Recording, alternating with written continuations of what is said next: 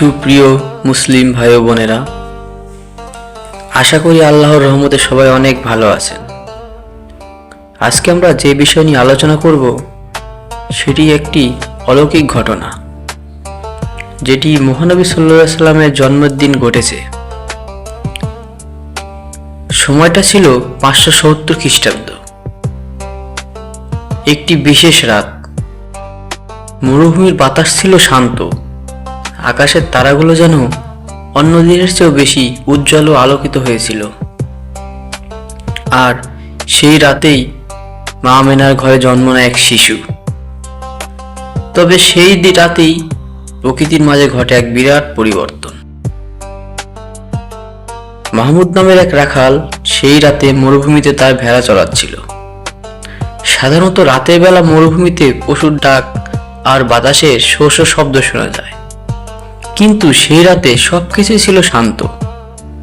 মাহমুদ আকাশের দিকে তাকিয়ে দেখতে পায় তারাদের মাঝে একটি অদ্ভুত উজ্জ্বল আলো যেন ধীরে ধীরে মক্কার দিকে নেমে আসছে। সে বিস্মিত হয়ে অবাক চোখে তাকিয়ে থাকে। সে ভাবে আজ রাতে হয়তো বিশেষ কিছু ঘটতে চলেছে। প্রচলিত আছে, যখন নবী মুহাম্মদ সাল্লাল্লাহু আলাইহি সাল্লামের জন্মগ্রহণ করেন, সেই মুহূর্তে কাবার সব মূর্তিগুলো মুখ থুবড়ে পড়েছিল এবং ভেঙে চুরমার হয়ে যাচ্ছিল। রাখাল তার ভেড়াগুলো নিয়ে শহরের দিকে রওনা হয়। মক্কার কাছাকাছি এসে সে দেখে লোকেরা উত্তেজিত হয়ে নিজেদের মধ্যে কথা বলছে। তাদের আলোচনার বিষয় ছিল দুটি। প্রথমত, পারস্যের অগ্নি উপাসকদের পবিত্র অগ্নিকুণ্ড, যা হাজার বছর ধরে জ্বলছিল, তা হঠাৎই নিভে গেছে। আর দ্বিতীয়ত হচ্ছে কাবার মূর্তিগুলো সব ভেঙে পড়ছে। মাহমুদ একজন বয়স্ক জ্ঞানী মানুষের কাছে গিয়ে তার দেখা সেই অদ্ভুত আলোর কথা বলে।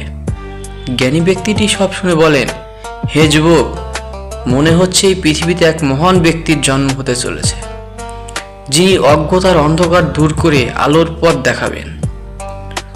অবশেষে জানা যায় সম্ভ্রান্ত কুরাইশ বংশে এক পরিবারে একটি পুত্র সন্তানের জন্ম হয়েছে।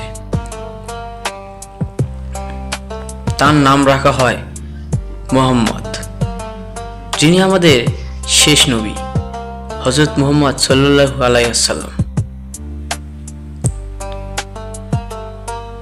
দর্শক, ভিডিওটি ভালো লাগলে অবশ্যই লাইক করবেন, আর এরকম ভিডিও পেতে চাইলে অবশ্যই চ্যানেলটিকে সাবস্ক্রাইব করবেন।